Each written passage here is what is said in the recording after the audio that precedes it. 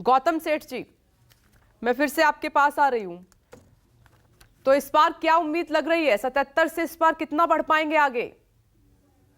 देखिए, कांग्रेस जो है वो इस बार गुजरात के चुनावी रण के मैदान में गुजरात और गुजरात के लोगों के प्रति कुछ संकल्प लेके उतरी है।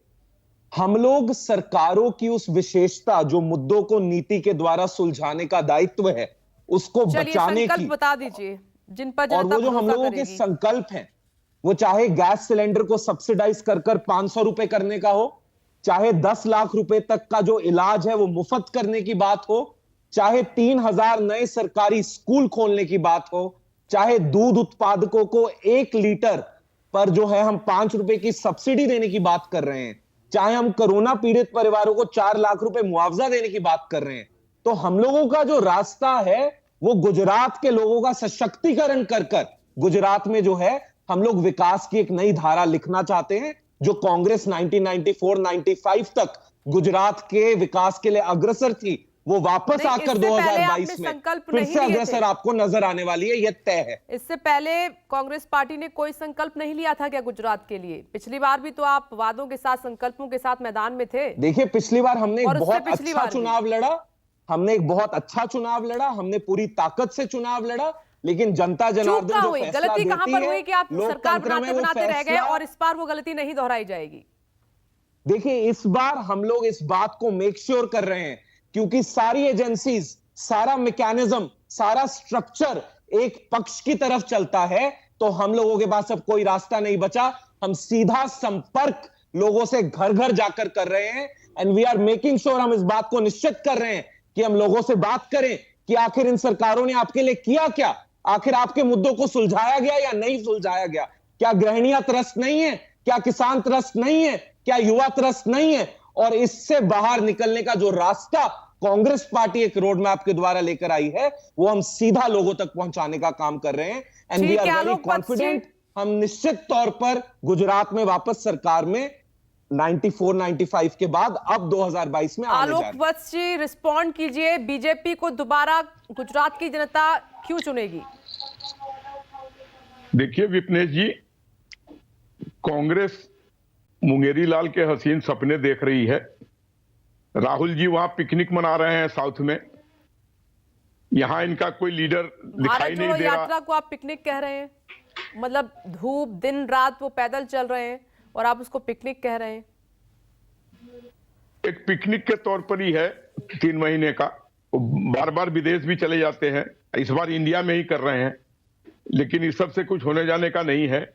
और रही बात गुजरात की, तो इस तरीके की बातें करके वहां की जनता पर आप उंगली उठा रही हैं। मेरे सवाल का जवाब दीजिए आलोक वत्सी। मैंने सीधा सवाल पूछा, दोबारा इस बार फिर से बीजेपी को गुजरात की जनता क्यों चुनेगी और क्या करने वाले हैं? आगे रोड मैप क्या है गुजरात के लिए? गुजरात की जनता इसलिए चुनेगी कि गुजरात एक्सपोर्ट में इंडिया में हाईएस्ट है। गुजरात की जनता इसलिए चुनेगी कि वहां पर बिजली में हम सरप्लस में हैं। गुजरात की जनता इसलिए चुनेगी कि वहां पर 450 बड़े बड़े कल कारखाने हैं और 3500 छोटे कल कारखाने हैं जो इंडिया में कहीं भी नहीं है। गुजरात की जनता इसलिए चुनेगी कि वहां पर आतंक का माहौल नहीं है, वहां पर बलात्कार का माहौल नहीं है, वहां पर लूट का माहौल नहीं है। गुजरात की जनता इसलिए चुनेगी कि वहां रोड मैप का जाल है। गुजरात की जनता इसलिए चुनेगी वहां अमन चैन है, शांति है, सुख है, हर तरीके से सेटिस्फैक्शन है, अस्पताल है, इलाज है, सब कुछ है जो एक जनता को चाहिए। और आज से नहीं, पिछले 27 वर्षों में उसमें इजाफा ही होता चला गया है, नीचे आने की कोई कवायद नहीं है। अभी स्कूल के बारे में उन्होंने कहा कि इसमें थोड़ी इंप्रूवमेंट की जरूरत है, तो मैं आपको बता दूं कि प्रधानमंत्री ने कुछ दिन पहले 14,000 स्कूलों का कायाकल्प करने का लिया था, जिसमें गुजरात के भी स्कूल हैं, और ड्रॉप आउट रेट 3% है। और रही बात केजरीवाल जी की, तो दिल्ली के लोगों को गैस के चेंबर में मरने के लिए छोड़कर ये गुजरात के दौरे पे निकल गए हैं। अरे जनता ने आपको चुना है दिल्ली चलाने के लिए, आप दिल्ली में क्या हाल है, एकेयू कहां पहुंच गया है, लोग मर रहे हैं, जिस तरीके का वहां पर पोल्यूशन हो रहा है, और उनको इस बात की कोई चिंता नहीं है, वो चल दिए वहां।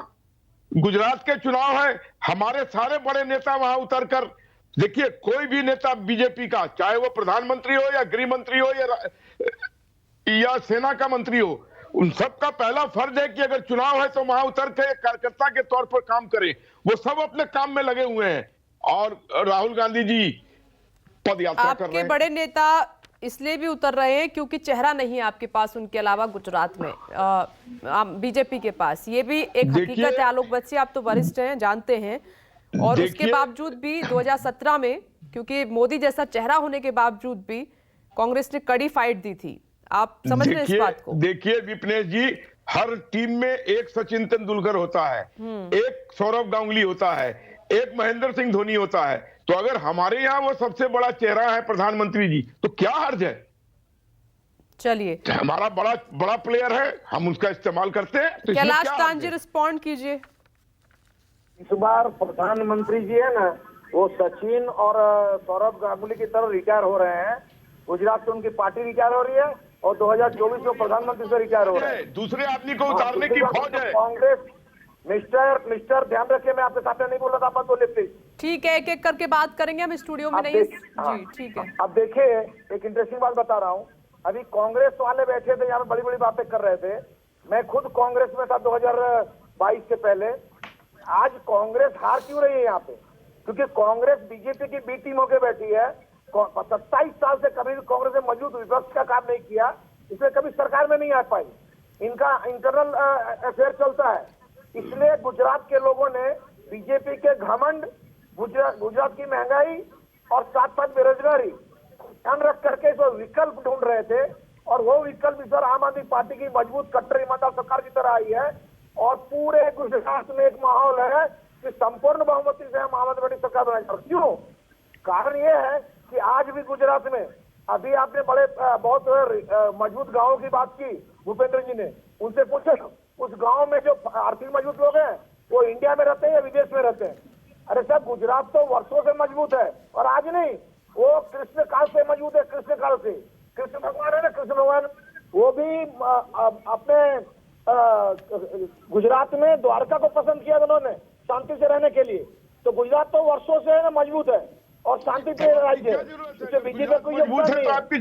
बीजेपी गुजरात को ड्रग्स की राजधानी बनाना चाहती है, ड्रग्स स्टेट बनाना चाहती है गुजरात को। ये बीजेपी अभी यही कर रही है। अब गुजरात के लोग जाग गए हैं और बीजेपी और कांग्रेस दोनों का इंटरनल जो अफेयर चल रहा है वो समझ गए हैं और इनसे मुक्ति चाहते हैं। ये जो लास्ट में आपने बात कही है, ये बहुत इंपॉर्टेंट है। गुजरात के लोग तब भी जगे हुए थे और अब भी जगे हुए हैं। आपको भी सुन रहे हैं, बीजेपी को भी सुन रहे हैं और कांग्रेस को भी सुन रहे हैं। से तो इनकी जरूरत क्या है? बहुत ध्यान से सुन रहे हैं और निर्णय उन्हीं को ही लेना है। तो इसीलिए आप धैर्य रखिए, क्योंकि अब कमान उनके हाथ में आ चुकी है। वो किसको बिठाएंगे, किसको बाहर करेंगे, जल्दी साफ हो जाएगा। आप सभी का बहुत बहुत शुक्रिया इस डिबेट में शामिल होने के लिए। आलोक बच्ची, मैं आपसे रिस्पॉन्स अब नहीं ले पाऊंगी।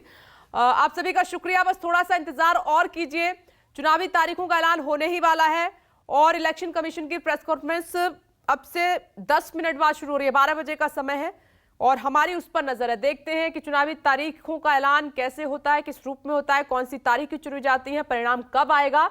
नमस्कार, मैं हूं मानक गुप्ता।